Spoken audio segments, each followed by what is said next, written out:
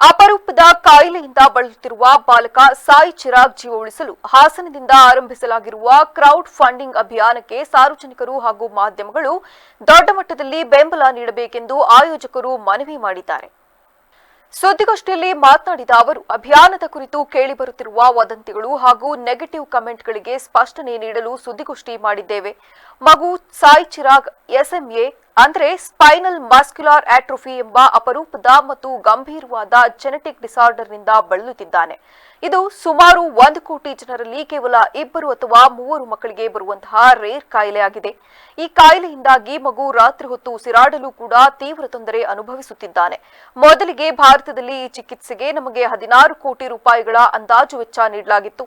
ಆದರೆ social media ಮೂಲಕ ನಮಗೆ ಸಿಕ್ಕ ತಜ್ಞರ ಸಲಹೆಯಂತೆ ಇದೇ ಚಿಕಿತ್ಸೆಯನ್ನು ಇಂಡೋನೇಷ್ಯಾದಲ್ಲಿ ಕೇವಲ 2 ಕೋಟಿ ರೂಪಾಯಿ ವೆಚ್ಚದಲ್ಲಿ ಮಾಡಿಸಬಹುದಾಗಿದೆ. ಹಾಗಾಗಿಯೇ ನಾವು 16 ಕೋಟಿಯ ಫಂಡ್ ರೈಸಿಂಗ್ ಅನ್ನು ತಕ್ಷಣವೇ ನಿಲ್ಲಿಸಿ ಕೇವಲ 2 ಕೋಟಿ ರೂಪಾಯಿ ಸಂಗ್ರಹದ ಗುರಿ ಇಟ್ಟುಕೊಂಡಿದ್ದೇವೆ. ಸುಮಾರು 6 ತಿಂಗಳ ಹಿಂದೆಯೇ ಹಲವು ಪ್ರಮುಖ ನ್ಯೂಸ್ ಚಾನೆಲ್ಗಳಲ್ಲಿ ಮಗುವಿನ ಕಾಯಿಲೆ ಬಗ್ಗೆ ವರದಿ ಪ್ರಸಾರವಾಗಿತ್ತು. ಆದರೆ ಆ ಸಮಯದಲ್ಲಿ ನಿರೀಕ್ಷಿತ ಪ್ರಮಾಣದಲ್ಲಿ ಫಂಡ್ ರೈಸ್ ಆಗಿರಲಿಲ್ಲ. ನಾವು ಹಾಸನದಿಂದ ಈ ಅಭಿಯಾನಕ್ಕೆ ಚಾಲನೆ ಕೊಟ್ಟ ಬಳಿಕ ಸಾರ್ವಜನಿಕರ ಉದಾರತೆಯಿಂದ ಈಗಾಗಲೇ 1 ಕೋಟಿ ರೂಪಾಯಿ ಸಂಗ್ರಹವಾಗಿದೆ. ಮಗುವಿನ ಸಂಪೂರ್ಣ ಚಿಕಿತ್ಸೆಗೆ ಇನ್ನೂ 1 ಕೋಟಿ ರೂಪಾಯಿಗಳ ತುರ್ತು ಅವಶ್ಯಕತೆ ಇದೆ. ಮಗುವನ್ನಿಟ್ಟುಕೊಂಡು ಯಾರೂ ದುಡ್ಡು ಮಾಡುತ್ತಿಲ್ಲ. ದಯವಿಟ್ಟು ಗೊಂದಲಗಳಿಗೆ ಕಿವಿಗೊಡಬೇಡಿ ಎಂದು ವಿನಂತಿಸಿದ್ದಾರೆ.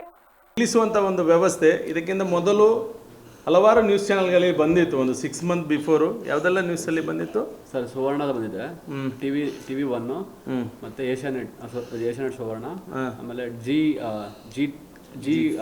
ನ್ಯೂಸ್, ಜಿ5 ನ್ಯೂಸ್ ಇವರೆಲ್ಲ ಇದನ್ನು ಪ್ರಮೋಟ್ ಮಾಡಿದ್ರು. ಬಟ್ ಆ ಸಂದರ್ಭದಲ್ಲಿ ಏನು ಫಂಡ್ ರೈಸ್ ಆಗ್ತಾ ಇರಲಿಲ್ಲ.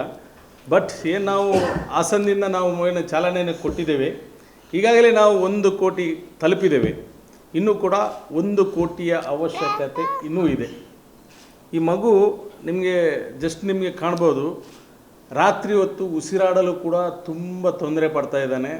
ಅವನಿಗೆ ಬಂದಿರುವಂತಹ ಕಾಯಿಲೆ SMA, ಸ್ಪೈನಲ್ ಮಸ್ಕ್ಯುಲರ್ ಆಟ್ರೋಫಿ ಎನ್ನುವ ಕಾಯಿಲೆ. ಈ ಕಾಯಿಲೆ 1 ಕೋಟಿ ಜನರಲ್ಲಿ 1-2-3 ಮಕ್ಕಳಿಗೆ ಬರುವಂಥ ಒಂದು ಕಾಯಿಲೆ, ರೇರ್ ಜೆನೆಟಿಕ್ ಡಿಸಾರ್ಡರ್ ಅಂತ ಹೇಳ್ತಾರೆ. ಇದನ್ನು ಇಂಡಿಯಾದಲ್ಲಿ ನಾವೇನಾದರೂ ಇದನ್ನು ಚಿಕಿತ್ಸೆ ಮಾಡಬೇಕಂದ್ರೆ ಸುಮಾರು ಮೊದಲಿಗೆ ನಮಗೆ ಕೊಟ್ಟಂತ ಎಸ್ಟಿಮೇಷನ್ ಆಗಿರ್ತದೆ 16. ಸುದ್ದಿಗೋಷ್ಠಿಯಲ್ಲಿ ಮಗುವಿನ ಪೋಷಕರು ಸೇರಿದಂತೆ ಇತರರು ಉಪಸ್ಥಿತರಿದ್ದರು.